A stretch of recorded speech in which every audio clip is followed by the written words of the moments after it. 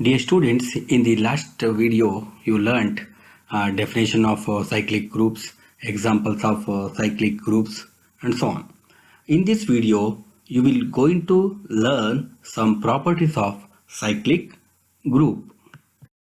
Let us see the definition of a cyclic group. A group G is said to be cyclic if for some A belongs to G, every element X belongs to G is of the form a to the power n, where n is some integer and it is denoted by this symbol. Therefore, G is equal to group generated by A is equal to all the elements of the group in the form A raised to the power n, where A belongs to G and n is any integer. So cyclic group means here all the elements of the set are in the form of powers of A only. For example, first one, square root of unity is a cyclic group. Here minus 1 is a generator. Minus 1 here, minus 1 to the power 2 is plus 1 and minus 1 to the power 1 is minus 1. So here minus 1 is a generator of this group, isn't it? Thus G is a cyclic group generated by the element minus 1. From this example, we conclude that the order of each generator is equal to the order of the group itself. Second one, here G is a group, second one, cube root of unity. Okay, here G is a group whose elements are 1, omega square is cyclic.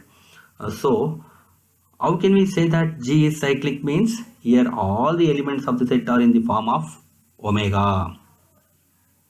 So we know that omega is the cube root of unity. So we know that 1 is nothing but omega cube. 1 is nothing but omega cube, and this is omega to the power 1 and omega square. So we know that cube root of 1 is denoted by omega. So all the elements of G are generated by omega. Therefore we can say that here G is cyclic. Similarly, all the elements of G are generated by omega square. Therefore we can say that omega square is also a generator of this group. Thus G is a cyclic group generated by the element omega. Similarly, omega square is another generator of G. Hence the only generator of cube root of unity are omega and omega square. Let us take one more example. G is a group whose elements are 1, minus 1, I and minus I. So it is also a cyclic group. So let us see how we can say that this is a cyclic group. Here all the elements, elements of G are 1, minus 1, I and minus I. We know that I square value is minus 1, I cube is minus I, and I to the power 4 can be written as 1. Okay, 1 is nothing but I to the power 4. Minus 1 is nothing but I square, isn't it? I is I only, minus I is nothing but I cube. So observe here, all the elements of G are generated by I. Therefore we can say that G is a cyclic group generated by I. This is the symbol of a cyclic group. Similarly, we can also write minus I as same group G. If we simplify, we get the same elements of the group G. So G is generated by minus I also. Let us see one theorem. Every cyclic group is abelian. Every cyclic group is abelian. So first we have to take cyclic group and we have to show that is an abelian group. I hope you all know the meaning of abelian. So abelian group means if G is a group, if it satisfies one additional property, that is commutative law. If x and y are two elements of G, then x into y is equal to y into x. This is called the commutative law. Or we can take A and B also. If it satisfies this condition, then we say that the group is an abelian group. So let us take G is a cyclic group. It is given generated by an element A.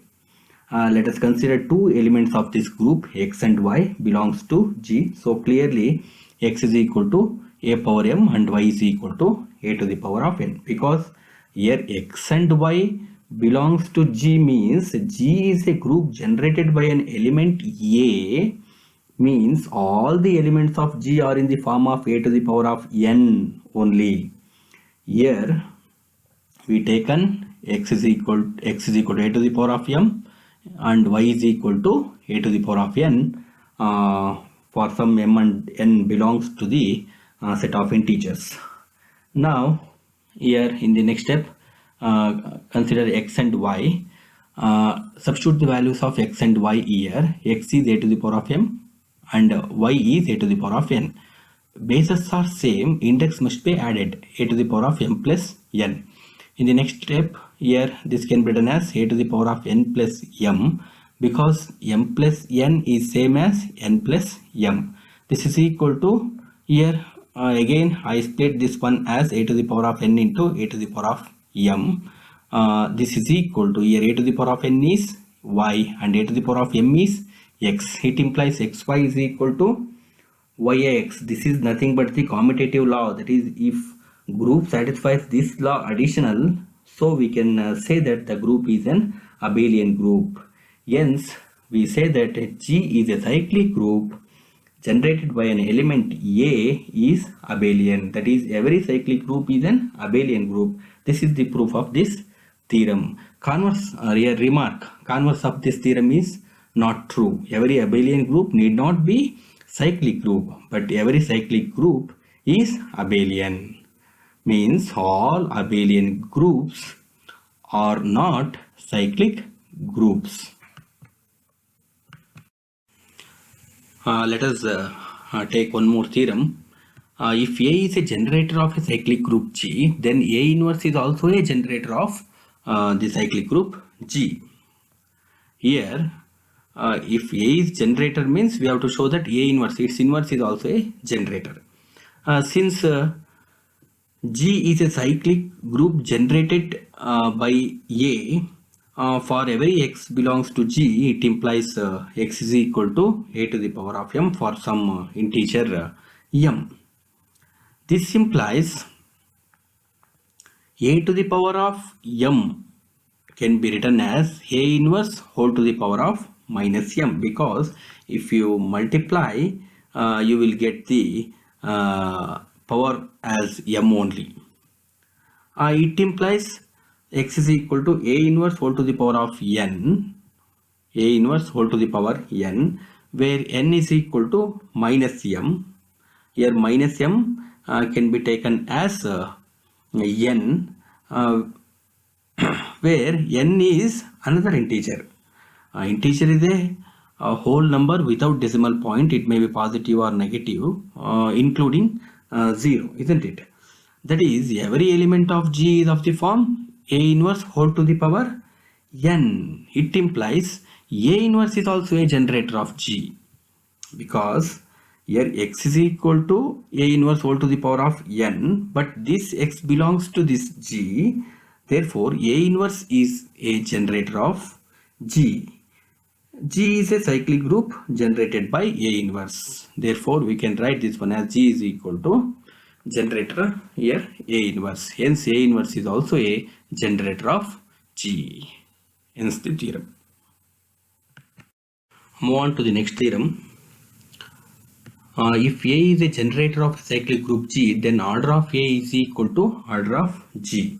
If it is a cyclic group, then order of A in a cyclic group, order of A is same as the order of G. Let us take order of A. as n. We know definition of order of A, so this implies a power n is equal to E, and let us take here a power s is not equal to E.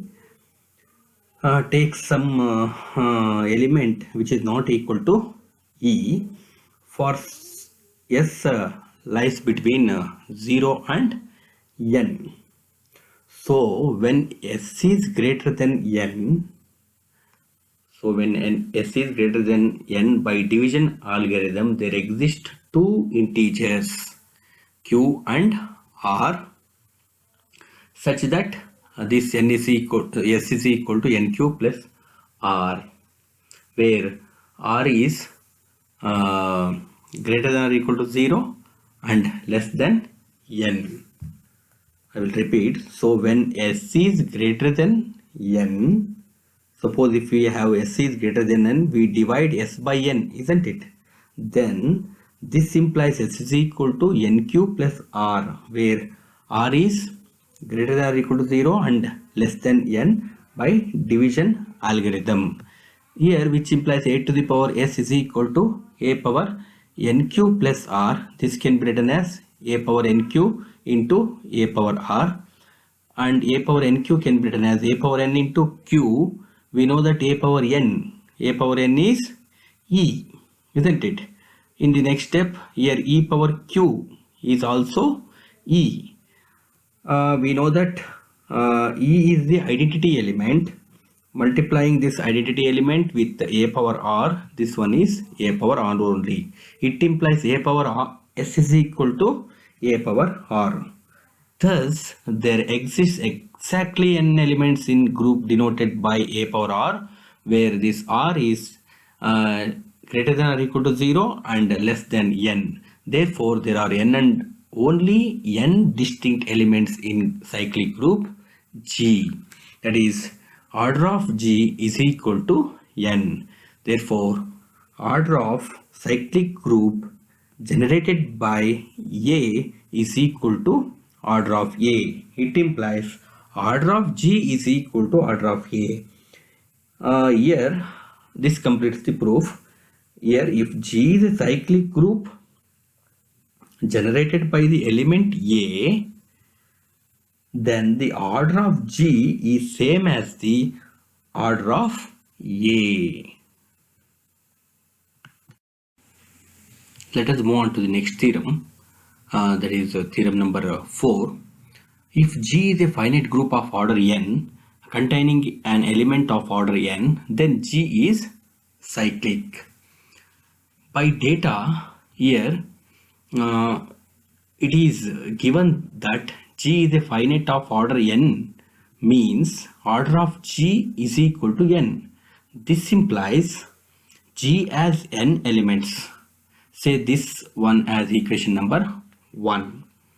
Let A belongs to G, where element of order n, because you know order of A and order of G is same. If A is an element of G, in the previous theorem we studied this one, isn't it?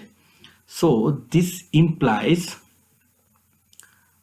order of A is equal to n, and we know the definition of order of an element. It implies a to the power of n is equal to e. Take it as equation number 2. Consider cyclic group, cyclic subgroup H of G generated by A, that is H is a cyclic group generated by A. This implies order of H is equal to order of A. So in previous theorem we studied this one. If G is a group generated by A, then order of G is equal to order of A, isn't it? Same thing here also. This is by last theorem 3. So this implies order of H is equal to order of A, but order of A is n, isn't it? Order of A is n. So it implies order of H is equal to order of G. This implies H is equal to G. Since H is a cyclic group, this implies here G is also a cyclic group. Hence the proof. Let us consider one more and last theorem. Let G be a cyclic group of order K, means it has K number of elements, and A be a generator. If A power M is equal to A power N,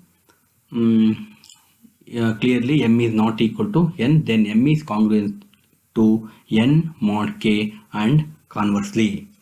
Let us take given G is a cyclic group generated by A, and the order of G is equal to K is given here.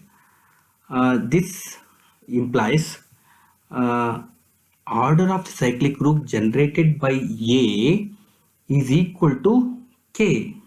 This implies it is a cyclic group generated by A, means in previous theorem, I think theorem number 4, order of A is also equal to order of G. Since it is given M is not equal to N, so consider A power M is equal to A to the power N. Let us multiplying both sides by A power minus N.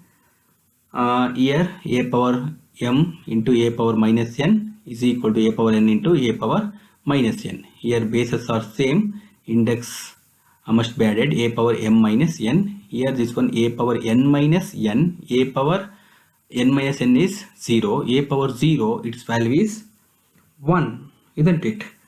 1 is nothing but identity element here. Okay, this implies we have one theorem.